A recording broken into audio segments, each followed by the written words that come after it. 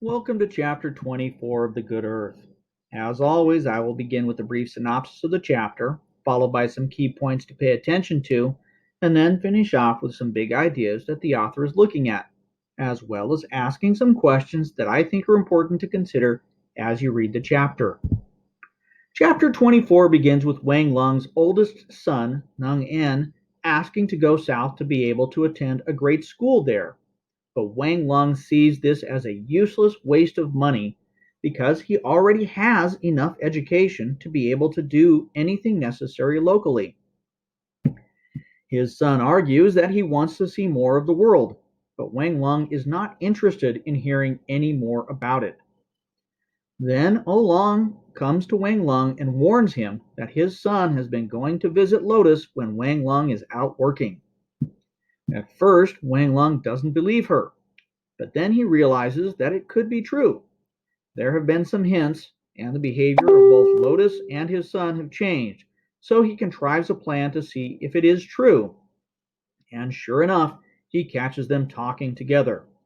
Wang Lung accuses Lotus of trying to sleep with his own son, but she denies it completely.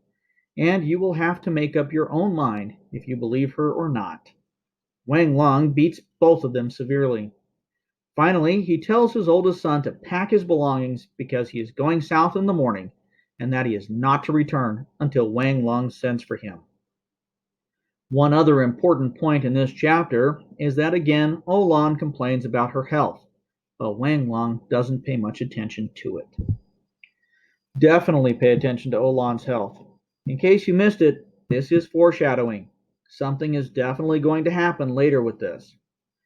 Notice the indirect interaction between the women in Wang Lung's house.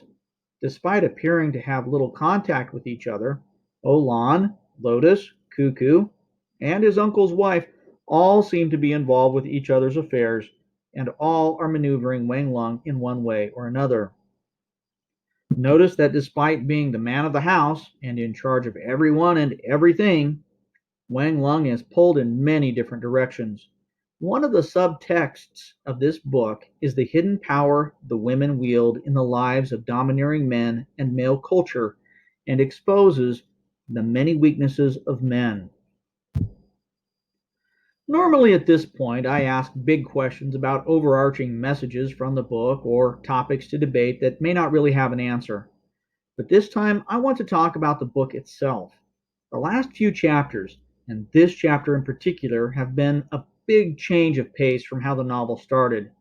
In the beginning, Wang Lung and Olan faced death and starvation and had to build a family and their farm from nothing. The struggles they faced were personal and came from external pressures. That has changed. So the big question today is why? Why did the author choose to go this direction with the novel? From this point onward, the novel is more about the generational family troubles that Wang Lung is going to face rather than the day to day struggles of staying alive. The old messages about thrift and hard work aren't in the reader's face as much, at least not in the same way. So, why would the author do this? What is the new message, if any?